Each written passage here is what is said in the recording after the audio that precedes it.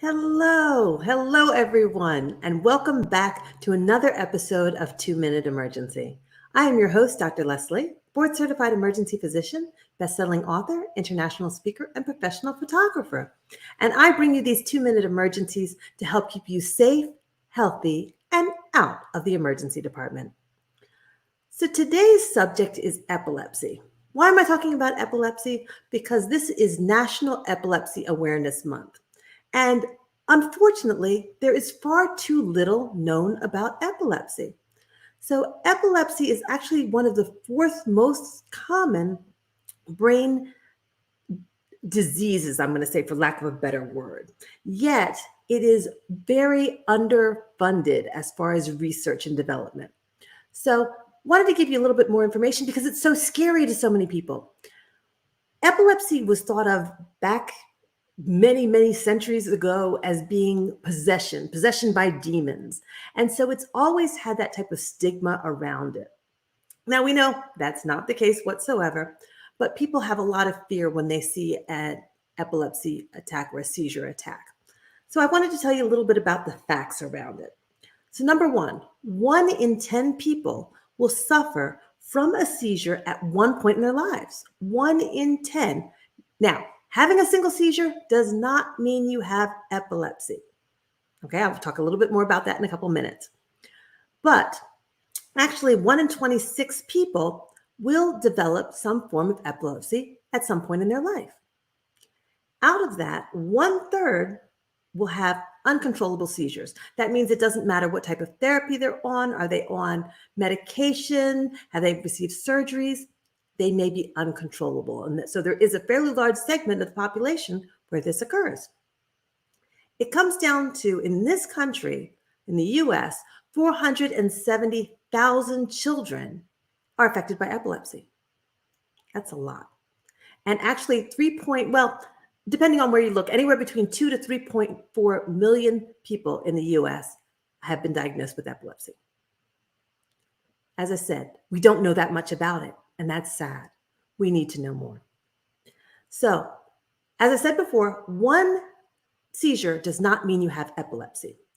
Epilepsy, in order to get that diagnosis, you have to have 2 separate seizures that are more than 24 hours apart. Now, here's the big thing, without a known cause. And I say that as being very important because there are several things or situations where seizures are quite common. Let's start off with the things that parents worry about so much, and that's a febrile seizure. So your child has a high fever and they start to seize. That is not the same as epilepsy. That has a cause. Other things that are common is for withdrawal from alcohol specifically. Seizures occur. Once again, there is a cause, so that is not epilepsy. So let's talk a little bit about epilepsy itself. So as I mentioned, the stigma around it. So people have a hesitancy to talk about it. So it's defined as a central nervous system disorder in which brain activity becomes abnormal, causing seizures or periods of abnormal behavior, sensations, and sometimes loss of awareness. Now, there's different types of seizures. So they can range in symptoms everywhere from that stare into space to people who have full-blown what they call tonic-clonic seizures. The old term for it was grand mal seizures. So these milder forms, also known as absent seizures, are often, well, not often, but they are more common in children. And they may stare off into space for just 5 or 10 seconds. They may be associated with some mild repetitive movement. It could be something like eye blinking, which you might not even notice. It could be some lip smacking, things like that, but very brief. And during those time periods, oftentimes teachers are the ones who notice this because the child just isn't paying attention during class and they're just kind of staring off into space. Well, that's definitely a form of seizure. Now, there are some other forms that are even milder than that, where you just have a strange smell or an odor or a change in one of your sensations. You may have tingling, you may have dizziness, you may have, as I said, a different smell or odor in the air. You may have a sense of deja vu. Now, we've all heard about deja vu, but it can be a form of a seizure. Other things, you can have things like twitching or uncontrollable activity. It can be in some single part of the body, such as an arm, a leg. It could even be a finger. It can be that subtle. Or it can be, as I said, the grand mal seizures of the tonic-clonic, which your whole body is involved. It can be associated with temporary confusion, and that's the only symptom you have. It can be stiffness of the body, as well as it can be complete loss of tone. And those are called atonic seizures. And that is where they're also called drop seizures, where you just literally lose muscle function and you just fall. I mentioned the simple seizures. As I said, it could be just one part of the body. It can be the head and neck. It could be an arm. It could be a leg. With those, generally, it can also be associated with just a change of emotions. Who would have thought about that?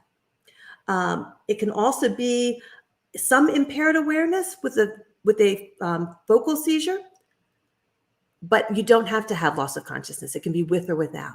Now, when we're talking about the generalized seizures, that's usually associated with a loss of consciousness.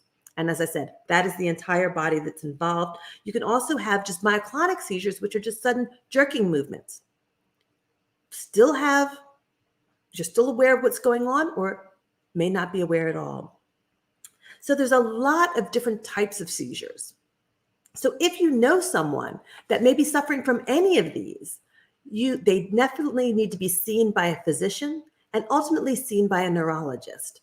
Now, there are other things that can mimic seizure disorders.